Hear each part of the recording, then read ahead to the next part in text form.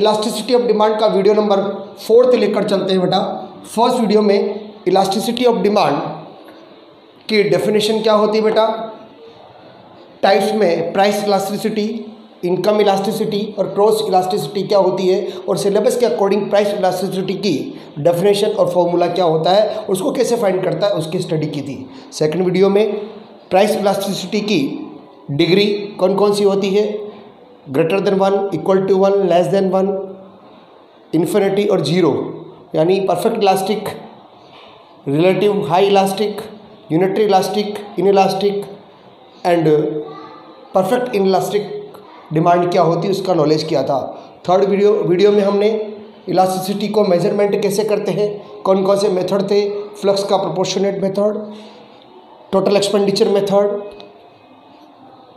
Point elasticity या geometrical method की study करी थी। आज वीडियो नंबर 4 हम लेकर चलते हैं, जिसमें इलास्टिक डिमांड के डिटर्मिनेंट्स और फैक्टर अफेक्टिंग, यानी उसको इफेक्ट करने वाले कौन कौन से एलिमेंट्स हैं, फैक्टर, उसके बारे में हम नॉलेज करेंगे। यानी इलास्टिसिटी डिमांड जो है उसको कौन इफेक्ट करता है, यानी डिटर्मिनेंट्स और factor affecting of elasticity demand. तो बेटा आपको याद रखें, एक कॉन्सेप्ट याद रखिए, जब भी आपको लगे कि प्राइस अगर इंक्रीज हो रही है और क्वांटिटी डिमांड डिक्रीज हो रही है, प्राइस डिक्रीज हो रही है और क्वांटिटी डिमांड इंक्रीज, यानी माइनर चेंज इन प्राइस और मेजर चेंज इन डिमांड। जब आपको लगे कि कुछ ऐसी कंडीशंस हो रही है जिसमें प्राइस में कम और डिमांड में ज़्यादा चेंजेज हो रहे हैं, यानी proportionate change in demand is greater than proportionate change in price, यानी डिमांड में ज़्यादा और प्राइस में कम चेंजेस आ रहे हैं, तो अपने को उसके लिए क्या लिखना है बेटा, इलास्टिक।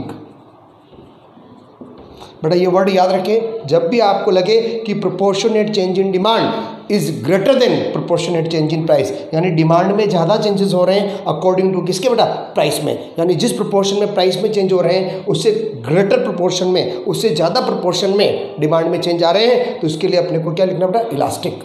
और जब आपको लगे कि प्राइस इंक्रीज और डिक्रीज, डिमांड डिक्रीज और increase, but major change in price, यानी प्रोपोर्शनेट चेंज इन प्राइस ज़्यादा है किससे बेटा, प्रोपोर्शनेट चेंज इन डिमांड से, या यूँ कहें कि percentage change in demand is less than percentage change in demand is less than percentage change in price. जब आपको लगे कि डिमांड में परसेंटेज चेंज कम है और प्राइस में परसेंटेज चेंज क्या बेटा, ज़्यादा, यूँ भी लिख सकते हैं, यानी मैंने आपको इसलिए बोला कि percentage change in demand is less than percentage change in price. तो दो बातें, अगर इसके लिए आप क्या लिखोगे बेटा, इन इलास्टिक। तो ये अगर ये दो वर्ड याद रखें, दो लाइनें याद रखें, तो डिटर्मिनेंट्स और फैक्टर अफेक्टिंग डिमांड हम आसानी से कर पाएंगे। तो वापस फाइनल में बात करें कि अगर proportionate change in demand is greater than proportionate change in price, जब डिमांड में ज़्यादा चेंजेस हो रहे हैं और प्राइस में कम चेंजेस हो रहे हैं, इसका मतलब अपने को क्या लिखना पड़ा, इलास्टिक लिखना है। लेकिन जैसे आपको लगे कि proportionate change in demand is less than proportionate change in price, यानी डिमांड में कम और प्राइस में अगर ज़्यादा चेंजेस हो रहे हैं, तो उसको हम क्या लिखना बेटा, इन इलास्टिक लिखना है। सबसे पहला पॉइंट हम लेकर चलते बेटा, नेचर ऑफ कमोडिटी। कमोडिटी की नेचर 3 तरह की हो सकती है बेटा, वो गुड्स नेसेसिटी हो सकती है, वो लग्जरियस गुड्स हो सकती है और वो कंफर्ट गुड्स हो सकती है। तो ध्यान दे बेटा, अगर नेसेसिटी गुड्स है तो उसकी डिमांड जो है वो इन इलास्टिक होगी। उसकी क्यों, क्योंकि उसकी प्राइस में कितने भी चेंजेस हो जो डिमांड में इतना इफेक्ट नहीं आता, जैसे सोल्ट हुआ, फूड ग्रेन हुआ, स्कूल यूनिफॉर्म हुई, ये वो चीज़ें हैं जिसकी प्राइस कितनी इंक्रीज और डिक्रीज हो, डिमांड में कम चेंजेस आते हैं। तो नेसेसिटी गुड्स जो होती है उसमें इलास्टिक डिमांड जो है वो क्या होती है, लेस देन 1 या इन इलास्टिक होती है। लेकिन वही अगर गुड्स कंफर्ट हो गई, कंफर्ट गुड्स है बेटा, तो इलास्टिक डिमांड जो है is equal to 1। Unitary elastic होती है कि जिस प्रोपोर्शन में प्राइस में चेंज होते हैं उसी प्रोपोर्शन में क्या होते हैं, डिमांड में चेंजेस आते हैं। तो अगर वो गुड्स कंफर्ट है बेटा, तो कंफर्ट गुड्स में इलास्टिक डिमांड जो है ये इक्वल टू 1, यानी उसकी वैल्यू जो है यूनिटरी इलास्टिक होती है, उसकी value elastic demand is equal to क्या होती है, 1। लेकिन वही गुड्स अगर लग्जरियस कैटेगरी की है, लग्जरियस गुड्स है बेटा, तो उसकी प्राइस में थोड़ा सा चेंज है, डिमांड में बहुत ज़्यादा क्या हो जाता है बेटा, चेंजेस होते हैं। यानी उसमें proportionate change in demand is greater change in proportionate change in price, यानी प्राइस के अकॉर्डिंग डिमांड में ज़्यादा चेंज होते हैं, तो उसकी इलास्टिसिटी जो है वो इज क्या होगा बेटा, ग्रेटर देन 1 होगी, वो मोर इलास्टिक होगी, वो हाई इलास्टिक होगी, वो रिलेटिव इलास्टिक होगी। तो बेटा तीनों याद रखें। Nature of commodity and nature for a consumer में भी ये 3 तरह की हो सकती है। वो गुड्स नेसेसिटी हो सकती है, वो कंफर्ट गुड्स हो सकती है, वो लग्जरियस गुड्स हो सकती है। अगर मैंने कमोडिटी इज नेसेसिटी, अगर वो नेसेसिटी गुड्स है, इट्स डिमांड जनरली क्या होता है बेटा, इनइलास्टिक, यानी उसकी प्राइसेस में कितने भी चेंजेस हो जाओ, डिमांड में इतने चेंजेस नहीं आते हैं। तो वो क्या होगी, इज लेस देन क्या होगी, 1 होगी। जैसे food grain salt, school uniform हो सकता है। अगर वो कमोडिटी कंफर्ट कंडीशन की है बेटा, कंफर्ट गुड्स है, तो उसकी जो इलास्टिक डिमांड है वो यूनिटरी इलास्टिक होगी, यूनिट इलास्टिक होगी, यानी जिस प्रोपोर्शन में प्राइस में चेंज उसी प्रोपोर्शन में डिमांड में चेंजेस आते हैं।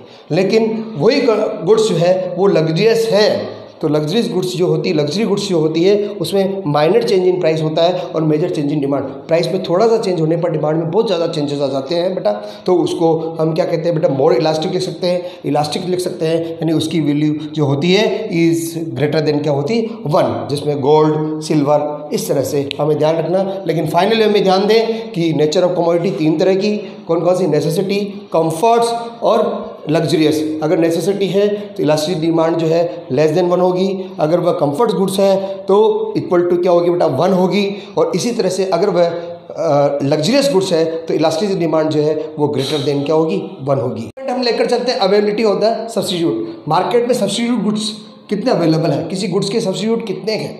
अगर मार्केट में किसी गुड्स के सब्स्टिट्यूट बहुत ज़्यादा है, क्लोज सब्स्टिट्यूट बहुत ज़्यादा है, तो किसी गुड्स की प्राइसेस में थोड़ा सा चेंज होगा, उसकी डिमांड में बहुत ज़्यादा चेंजेस हो जाता है। आज मैं कहूँ, लक्ष्य कहता है कि मैंने अपनी प्राइस को बहुत हाई कर दिया है, तो लोग क्या सोचेंगे, कोई बात नहीं, लक्ष्य को नहीं, अपने तो लाइबो ले लेंगे, रेक्सोना यूज़ कर लेंगे, क्योंकि मार्केट में बहुत ज़्यादा क्लोज सब्स्टिट्यूट उसके अवेलेबल है। तो किसी गुड्स के जितने मार्केट में सब्स्टिट्यूट अवेलेबल होंगे उसकी प्राइस में थोड़ा सा चेंज, डिमांड में बहुत ज़्यादा चेंजेस हो जाएगा। इसका मतलब उसकी डिमांड जो है वो क्या होगा, ग्रेटर देन 1 होगा, मोर इलास्टिक होगी, हाई इलास्टिक होगी, रिलेटिव इलास्टिक होगी, यानी उसको इलास्टिक बोलते हैं, हाई ग्रेटर देन 1। लेकिन मार्केट में किसी गुड्स के सब्स्टिट्यूट अवेलेबल ही नहीं है। अगर सब्स्टिट्यूट अवेलेबल नहीं है तो उसकी प्राइसेस में कितना ही चेंज हो, उसकी डिमांड में इतना इफेक्ट नहीं आएगा।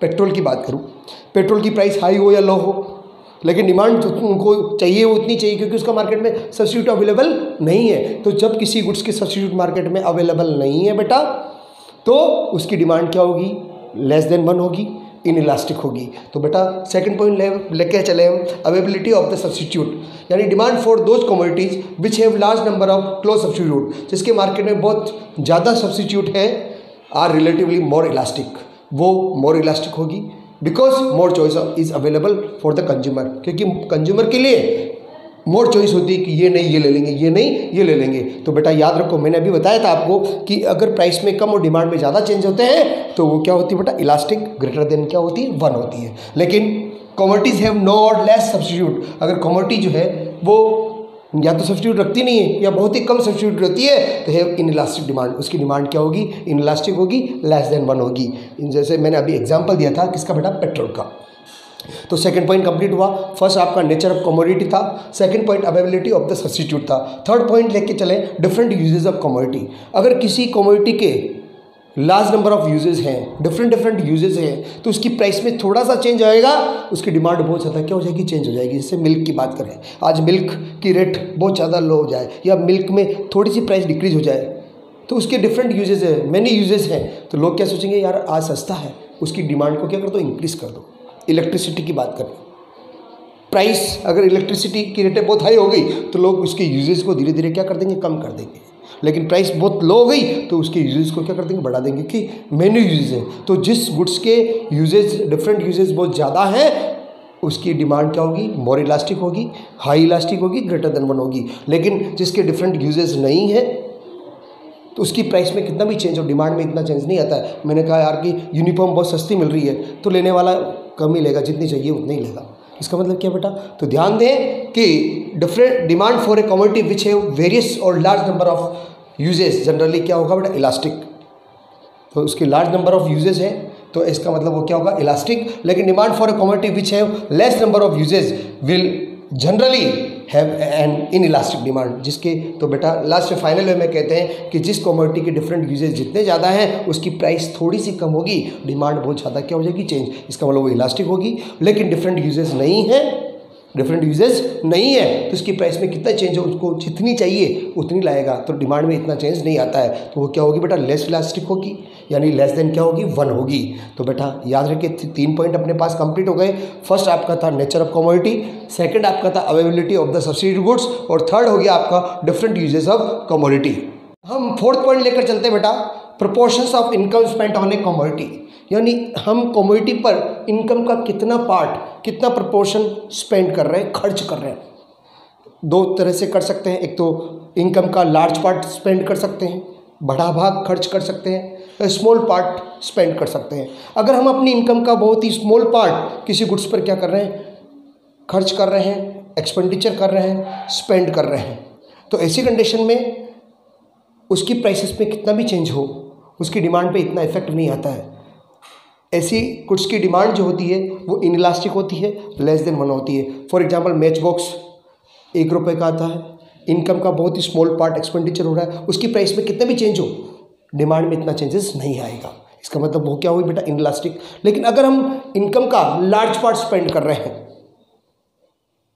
लार्ज प्रोपोर्शन में हम अपनी इनकम का लार्ज प्रोपोर्शन क्या कर रहे हैं बेटा, स्पेंड कर रहे हैं, टीवी, फ्रिज, कूलर, तो इसकी प्राइसेस देखी जाती है, इसकी प्राइसेस में चेंजेस से डिमांड में बहुत ज़्यादा क्या आते हैं, चेंज आते हैं। तो देख बेटा ध्यान दो कि अगर स्मॉल पार्ट हम एक्सपेंडिचर कर रहे हैं तो इलास्टिक जो है, इलास्टिसिटी ऑफ डिमांड जो है वो क्या होगी, लेस देन 1 होगी। अगर मोर पार्ट क्या कर रहे हैं अपन, एक्सपेंडिचर कर रहे हैं, तो इलास्टिक डिमांड क्या होगी, ग्रेटर देन क्या होगी, 1 होगी। तो proportions of income spend on A commodity goods on which a consumer spend a very small part of his income, very small part of his income, तो विल हैव इनइलास्टिक, यानी ऐसी condition में उसकी जो डिमांड, इलास्टिक डिमांड है वो बहुत ही क्या होगी, कम, यानी लेस देन 1 होगी। फॉर एग्जांपल ब्रेड हुआ, मैच बॉक्स हुआ, कुछ ऐसी बहुत सारी गुड्स होती है जो उस पर हम इनकम का बहुत ही स्मॉल पार्ट एक्सपेंडिचर करते हैं, तो इनकी प्राइसेस में चेंज से डिमांड में इतना इफेक्ट नहीं आता है। लेकिन अगर उसका लार्ज पार्ट अपन क्या कर रहे हैं, एक्सपेंडिचर कर रहे हैं, goods on which a consumer spends a very large part of his income, बहुत बड़ा भाग खर्च कर रहे हैं, तो विल बी इलास्टिक डिमांड, उसकी क्या होगी, डिमांड जो क्या होगी, इलास्टिक, ग्रेटर देन क्या होगी, 1। टीवी, फ्रिज, कूलर, इन पर अपनी इनकम का लार्ज पार्ट उस पर स्पेंड किया जाता है, तो उसकी प्राइसेस हाई और लो होने पर हम देख जाता है बहुत लो हो गई तो उसकी डिमांड को अरे यार खरीद लो। तो बेटा फाइनली में याद रखें कि लार्ज स्मॉल पार्ट अगर एक्सपेंडिचर हो रहा है इनकम का तो लेस देन 1 होगा, लेकिन लार्ज पार्ट इनकम का एक्सपेंडिचर हो रहा है तो क्या होगा, मोर देन 1 होगा। इसी तरह से possibility of the postpone the consumption, यानी कंजप्शन को पोस्टपोन कर सकते कि नहीं कर सकते, अभी का अभी करना है उसको पोस्टपोन नहीं कर सकते, कैन नॉट बी पोस्टपोन, अभी की अभी चाहिए तो उसकी प्राइस कितनी हाई हो या लो हो, उसकी डिमांड पर इतना इफेक्ट नहीं आएगा। घर में शादी है और शादी के टाइम में खाने में कुछ ऐसी गुड्स चाहिए जो अभी की अभी चाहिए, इसका मतलब उसको कैन नॉट बी पोस्टपोन। अगर पोस्टपोन नहीं कर सकते तो जो जिस प्राइस में मिल रहा है उसी को हम क्या करें बेटा, परचेज करेंगे। तो ऐसी कंडीशन में डिमांड क्या होगी, इनइलास्टिक, क्योंकि प्राइस में चेंज से डिमांड पे इतना इफेक्ट नहीं आएगा। लेकिन फ्यूचर उसको पोस्टपोन कर सकते हैं, फ्यूचर में उसको यूज़ कर सकते हैं, तो प्राइस अगर चेंज होती है तो डिमांड क्या होगी, भी चेंज होगी, इसका मतलब क्या होगा, इलास्टिक होगी। तो बेटा याद रखो कि कैन नॉट बी पोस्टपोन, यानी possibility to postpone the consumption, कि किसी कंजप्शन को पोस्टपोन करने की पॉसिबिलिटी क्या है। अगर कैन नॉट बी पोस्टपोन, अगर हम उसको पोस्टपोन नहीं कर सकते तो their demand will be inelastic, उसकी डिमांड क्या होगी, इनइलास्टिक। फॉर एग्जांपल फूड चाहिए, खाना चाहिए, कहीं बाहर गए हैं, जो जिस रेट में मिलेगा उसी रेट में कंजप्शन करेंगे। मेडिसिन जितनी भी, दवाइयाँ जितनी भी होती है, अभी की अभी चाहिए, उसको कैन नॉट बी पोस्टपोन, उसको पोस्टपोन नहीं कर सकते हैं तो उसकी प्राइसेस में चेंज से इतना डिमांड पर कोई इफेक्ट नहीं आएगा। अभी कोविड-19 चल रहा है बेटा, तो जो चीज़ में अगर किसी को हो जाता है, जो जिस रेट में दवाई मिल रही है उसी रेट में अपन क्या करेंगे, परचेज करेंगे, क्योंकि कैन नॉट बी पोस्टपोन, उसको पोस्टपोन नहीं कर सकते।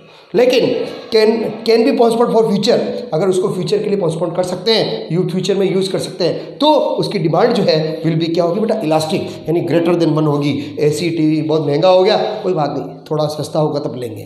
तो बेटा ये 5th पॉइंट भी आपका कंप्लीट होता है, possibility of the postpone the consumption. तो 4th पॉइंट, अगर स्मॉल पार्ट इनकम का स्मॉल पार्ट जो है हम क्या कर रहे हैं बेटा, एक्सपेंडिचर कर रहे हैं, स्पेंड कर रहे हैं, तो लेस देन 1 होगा। अगर लार्ज पार्ट का हम इनकम का क्या कर रहे हैं बेटा, एक्सपेंडिचर करें, स्पेंड कर रहे हैं, तो इलास्टिक डिमांड होगी, ग्रेटर देन 1 होगी। इसी तरह से अगर हम possibility of postpone the consumption को पोस्टपोन कर सकते हैं, पॉसिबिलिटी है, तो क्या होगा, ग्रेटर देन 1 होगा, रिलेटिव इलास्टिक होगी, हाई इलास्टिक होगी। लेकिन पोस्टपोन नहीं कर सकते हैं कैन नॉट बी पोस्टपोन, तो उसकी डिमांड पर इतना इफेक्ट नहीं आएगा, वो क्या होगा बेटा, लेस देन 1 होगा। 6 पॉइंट लेकर चलते बेटा, इनकम ऑफ कंज्यूमर। कंज्यूमर की इनकम भी किसी गुड्स की डिमांड की इलास्टिसिटी को क्या करती है बेटा, इफेक्ट करती है। मार्केट में 2 तरह के ग्रुप हो सकते हैं, एक हाई इनकम ग्रुप जिसको रिच पर्सन बोलते हैं बेटा, एक लो इनकम ग्रुप जिसको पुअर पर्सन कहते हैं। तो जो हाई इनकम ग्रुप वाला पर्सन है या रिच पर्सन है, उनके लिए किसी गुड्स की प्राइस चाहे इंक्रीज हो चाहे डिक्रीज हो, डिमांड पर किसी प्रकार का कोई इफेक्ट नहीं आता है या बहुत ही लिटिल चेंज होते हैं, बहुत ही कम चेंज होते हैं। इसका मतलब उनके लिए जो डिमांड होती है, इलास्टिसिटी डिमांड जो होती है वो क्या होती है, इनइलास्टिक होती है, लेस देन 1 होती है। लेकिन अगर पुअर पर्सन है, लो इनकम ग्रुप वाला पर्सन है, तो उनके लिए प्राइस इंक्रीज और डिक्रीज से डिमांड पर इफेक्ट आता है। यानी ऐसी कंडीशन में उनके लिए डिमांड जो है वो क्या होगी, कौन सी होगी बेटा, इलास्टिक, ग्रेटर देन क्या होगी, 1 होगी। तो बेटा इनकम ऑफ कंज्यूमर की इनकम भी इलास्टिक डिमांड को क्या करती है, इफेक्ट करती है। अगर demand will B high income group, demand high income group के लिए या रिच पर्सन के लिए क्या होती है बेटा, इनइलास्टिक होती है। इनके लिए प्राइस इंक्रीज और डिक्रीज हो, डिमांड पर इतना कोई इफेक्ट नहीं आता है। लेकिन अगर लो इनकम ग्रुप वाला पर्सन है बेटा, पुअर पर्सन है, तो उसकी प्राइस इंक्रीज और डिक्रीज से उसकी डिमांड पर क्या आएगा, इफेक्ट आएगा। यानी उसके लिए डिमांड क्या होगी, इलास्टिक या ग्रेटर देन क्या होगी, 1 होगी। इसी तरह से कंज्यूमर की हैबिट, अगर कोई कंज्यूमर के लिए कोई हैबिचुअल गुड्स है और हैबिचुअल गुड्स अगर वो यूज़ कर रहा है तो उसकी प्राइस इंक्रीज हो चाहे डिक्रीज हो, अगर वो कंजप्शन कर रहा है तो कंजप्शन करने वाला कंजप्शन करेगा, वो उस समय प्राइस नहीं देखेगा। तो हैबिचुअल गुड्स है, कंज्यूमर की हैबिट वाली गुड्स है, तो प्राइस इंक्रीज और डिक्रीज से डिमांड पर इतना इफेक्ट नहीं आता है। ऐसी कंडीशन में उसकी डिमांड क्या होगी, बट इनइलास्टिक। लेकिन हैबिचुअल गुड्स नहीं होती, ठीक है यार, क्या कंजप्शन करना है, ठीक है रहने दो, इसका मतलब क्योंकि वो हैबिचुअल नहीं है। तो जब हैबिचुअल गुड्स नहीं होगी, इसका मतलब उसकी डिमांड क्या होगी बेटा, इलास्टिक होगी। फॉर एग्जांपल किसी को दिन में चाय पीने की हैबिट है, कहीं बाहर गया हुआ है, अब वहाँ चाय नहीं मिल रही है, हैबिचुअल गुड्स है, और वो कहता है कि नहीं चाय तो 25 रुपये की मिलेगी, तो क्या यार तू तो दे। इसका मतलब क्या है, प्राइस चाहे इंक्रीज हो चाहे डिक्रीज हो, हैबिचुअल गुड्स है, हैबिट वाली गुड्स है बेटा। तो ऐसी कंडीशन में डिमांड, प्राइस में चेंज से डिमांड पर इतना इफेक्ट नहीं आ रहा है, इसका मतलब कौन सी होगी बेटा, इलास्टिक। लेकिन अगर हैबिचुअल नहीं होती होगी तो 25 रुपये की चाय रहने दे, तेरे पास रहने दे, मैं तो कहीं दूसरी जगह जाके पी लूँगा क्योंकि मुझे इतनी नेसेसिटी नहीं है। ऐसी कंडीशन में क्या होगी बेटा, इलास्टिक होगी। तो देखिए बेटा, कंज्यूमर की habit, if a consumer is a habitual of a commodity, अगर कंज्यूमर किसी गुड्स का हैबिचुअल है, he will continue to consume it even at a higher price, so demand will be inelastic.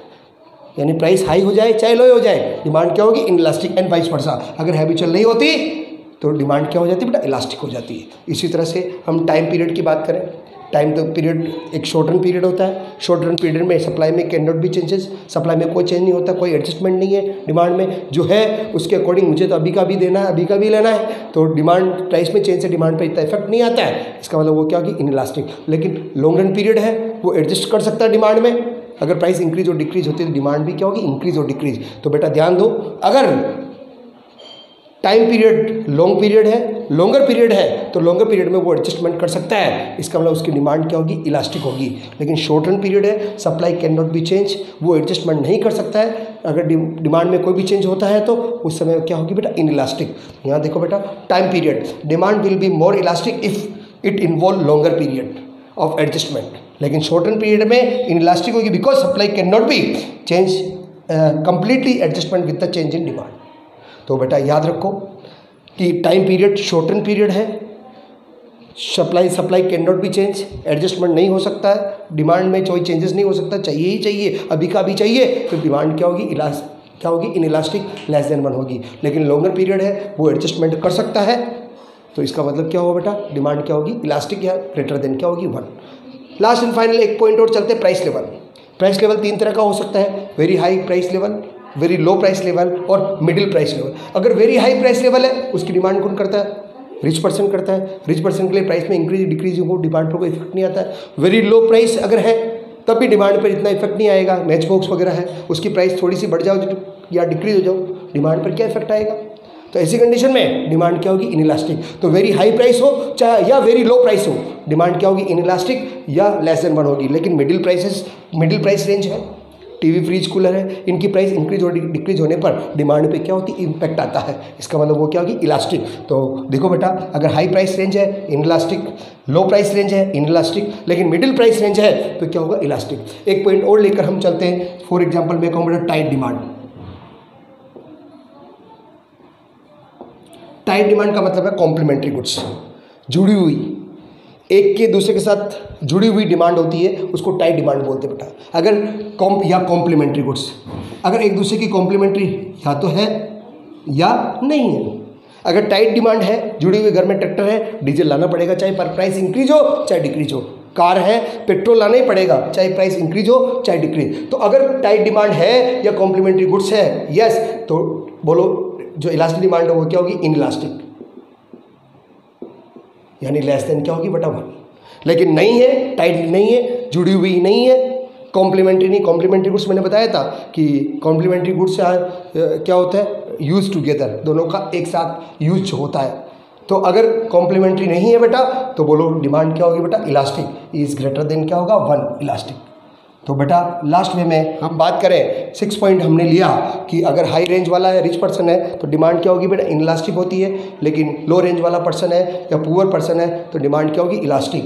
Consumer की habitual goods है तो demand क्या होगी, inelastic. लेकिन हैबिचुअल गुड्स नहीं है तो क्या होगी बेटा, इलास्टिक होगी। टाइम पीरियड 2 तरह का होता है, शॉर्ट रन होता है और लॉन्ग रन होता है। अगर शॉर्ट रन पीरियड है वो एडजस्टमेंट नहीं कर सकता है, डिमांड अभी एट प्रेजेंट में चाहिए तो डिमांड क्या होगी, इनइलास्टिक। लेकिन लॉन्ग रन पीरियड में वो एडजस्ट कर सकता है तो डिमांड क्या हो जाएगी बेटा, डिमांड क्या हो जाएगी, इलास्टिक, लॉन्ग रन में। इसी तरह से price level, high price level और लो प्राइस लेवल पर डिमांड क्या होती है बेटा, इनइलास्टिक होती है। लेकिन मिडिल प्राइस लेवल पर डिमांड क्या होगी, इलास्टिक। अगर टाइट डिमांड है, जुड़ी हुई है, कॉम्प्लीमेंट्री गुड्स है, यस है, तो डिमांड क्या होगी बेटा, इनइलास्टिक। प्राइस में कितना ही चेंज हो, अगर उसका हमें अगर वो कॉम्प्लीमेंट्री गुड्स है, फॉर एग्जांपल मोबाइल अपने पास में है, उसी की बैटरी चाहिए अपने को, अब बैटरी कितनी प्राइस हाई या लो उसमें वही बैटरी लगती है, इसका मतलब क्या है कि डिमांड क्या होगी, इनइलास्टिक चाहिए, लेनी ही पड़ेगी। लेकिन अगर वो कॉम्प्लीमेंट्री नहीं होती तो डिमांड क्या हो जाती है बेटा, इलास्टिक हो जाती है। तो फाइनल में बात करें कि इलास्टिक डिमांड को इफेक्ट करने वाले जितने भी फैक्टर्स हैं उसके बारे में, तो एक ही बात याद रखें कि हमें लग रहा है कि माइनर चेंज इन प्राइस और मेजर चेंज इन डिमांड, यानी proportionate change in demand is greater than proportionate change in price, यानी डिमांड में ज़्यादा चेंज हो रहे हैं और प्राइस में कम हो रहे हैं, तो हमें इलास्टिक डिमांड क्या लिखनी बेटा, इलास्टिक ग्रेटर देन 1 लिखनी है। और अगर हमें लगे कि परसेंटेज चेंज या proportionate change in demand is less than proportionate change in price, यानी डिमांड में कम चेंज हो रहे हैं और प्राइस में ज़्यादा, यानी प्राइस में चेंज होने पर डिमांड में इतना इम्पैक्ट नहीं आता है, तो डिमांड को, इलास्टिक डिमांड को क्या करना, इनइलास्टिक। इस तरह से हमारा यह टॉपिक आज का एंड होता है, यानी पूरा इलास्टिसिटी डिमांड, यानी फर्स्ट वीडियो जो आपकी थी उसमें इलास्टिक डिमांड की डेफिनेशन, प्राइस इलास्टिसिटी की डेफिनेशन और फॉर्मूला कैसे फाइंड करते हैं। सेकंड वीडियो में उसकी सारी डिग्रियाँ, 5 डिग्रियाँ थी बेटा। थर्ड वीडियो जो मैंने बनाया था उसका मेजरमेंट कैसे होता है इलास्टिसिटी डिमांड का, उसके बारे में हमने नॉलेज किया। और फोर्थ पॉइंट जो इलास्टिक डिमांड को इफेक्ट करने वाले जितने भी फैक्टर्स थे, यहाँ 10 फैक्टर मैंने आपको बताए हैं कि किस तरह से इलास्टिक डिमांड को इफेक्ट करता है। इस तरह से अपना ये टॉपिक पूरा क्या होता है बेटा, एंड होता है।